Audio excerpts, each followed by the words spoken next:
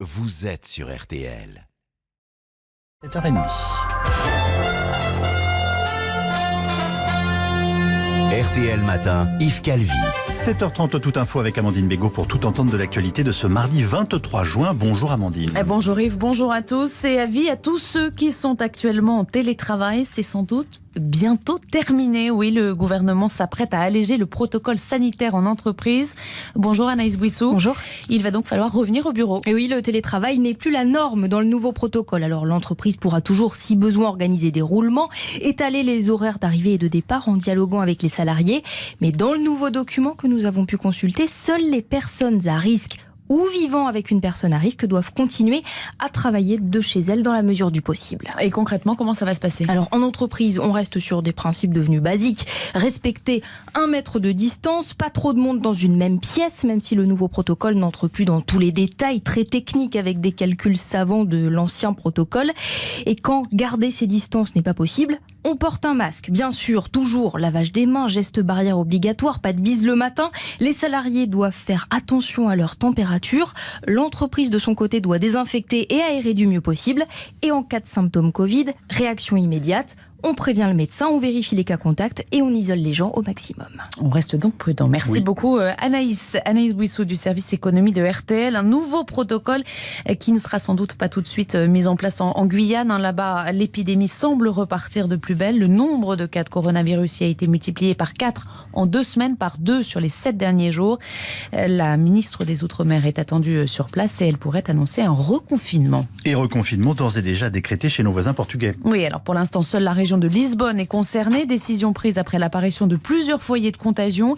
Les cafés et commerces sont notamment priés de fermer dès 20h désormais, comme l'explique cette Française qui vit sur place. Ils ont vu qu'il y a des augmentations des cas, donc hop, on va reconfiner. Enfin, c'est un reconfinement, les cafés, restaurants vont être ouverts, mais ils vont fermer plus tôt pour pas que le soir, les gens ils sortent et fassent la fête toute la nuit. Ce gérant de restaurant ici à Lisbonne, il pense que c'est très important de le faire parce que ça devient dangereux. Et les gens sont disciplinés et ils vont tenir. Ils vont tenir. Ils sont très courageux pour ça. J'espère que ça va bien se passer et que ça va pas durer trop longtemps. Un témoignage recueilli pour RTL par Bénédicte Assar à Lisbonne. Donc. Les syndicats d'Alcatel-Lucent reçus aujourd'hui à Bercy après les annonces de Nokia hier. L'équipementier veut supprimer 1/3 des effectifs de sa filiale française, soit 1232 emplois, des postes d'ingénieurs pour la plupart. Pascal Guilleneuf est délégué CFDT.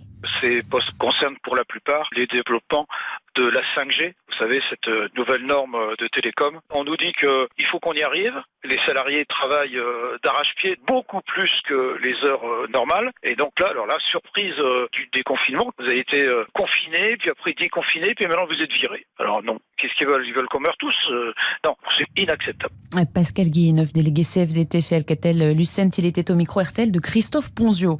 Le débat autour de la limitation à 110 km/h sur autoroute et la pétition lancée par l'association 40 millions d'automobilistes a déjà recueilli plus de 550 000 signatures proposées par la Convention citoyenne sur le climat. Cette mesure pourrait être soumise à un référendum. C'est ce qu'a indiqué hier sur RTL le secrétaire d'État au transport. Voyons concrètement ce que ça pourrait changer pour nous, Christophe Bourreau. En roulant à 110 au lieu de 130, vous allez perdre entre 4 à 8 minutes de temps de trajet, mais vous pourrez économiser jusqu'à 1,40 € de carburant aux 100 km, soit 20% de CO2 en moins. Alors c'est une moyenne, car cela dépend de l'âge de votre voiture. En effet, l'écart entre un vieux modèle diesel et un plus récent peut aller du simple au triple. C'est aussi pour les partisans de cette mesure, être en phase avec d'autres pays européens.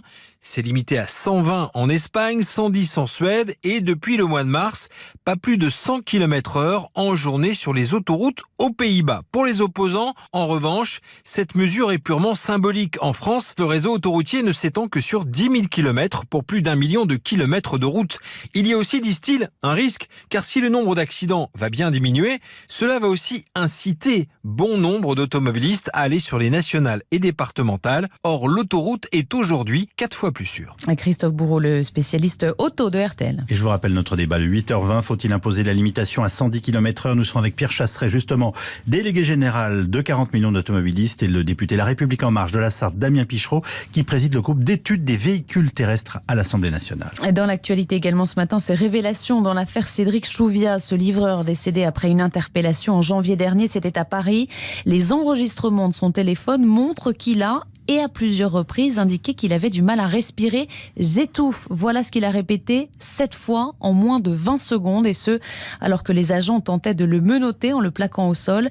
Maître Laurent Franclénard est l'avocat de 2 des 4 policiers impliqués. Est-ce que vous pensez sérieusement que 4 policiers parisiens ont laissé mourir Monsieur Chouviat en totale connaissance de cause, en sachant qu'il était en détresse respiratoire et n'ont rien fait pour l'aider? Ça n'est pas possible. La police, c'est pas ça. Le problème, c'est qu'ils n'ont pas entendu ces mots « j'étouffe, j'étouffe ». S'ils l'avaient entendu, immédiatement, ils auraient cessé les actes de contrainte. Ça n'a pas de sens de prétendre le contraire. Maître Laurent Liénard avec Thomas Proutot pour RTL. Et puis autre enquête, celle concernant la disparition d'Estelle Mouzin. Les fouilles menées hier dans les Ardennes, dans l'une des anciennes propriétés de Michel Fourniret, n'ont pour l'instant rien donné. Les opérations devraient reprendre aujourd'hui. On vous a beaucoup parlé hier de la réouverture de nos cinémas. Et bien certains théâtres ont aussi repris du service. Oui, Amandine. c'est le cas notamment du théâtre Saint-Antoine à Paris. Soirée exceptionnelle puisqu'il a offert une représentation au personnel soignant et aux pompiers. Sur scène, Monsieur Jacques Weber qui lisait du Flaubert et du Victor Hugo. J'étais très touché au début. Ça m'a vachement ému, quoi, de rejouer, et surtout devant ces gens des hôpitaux qui étaient là. Et je trouvais ça très touchant. J'ai pas vu d'écart entre les gens. J'ai vu des gens sans masque et tout. J'étais très surpris. J'avais l'impression que c'était comme d'habitude, quoi. Mais rien ne m'a gêné du tout. Voilà pour la réaction, les impressions de Jacques Weber, donc de retour sur scène hier au Théâtre Antoine à Paris. Il était au micro RTL de Monique Younes. Et nous y reviendrons largement en longueur dans Laissez-vous tenter tout à l'heure avec Monique Younes dans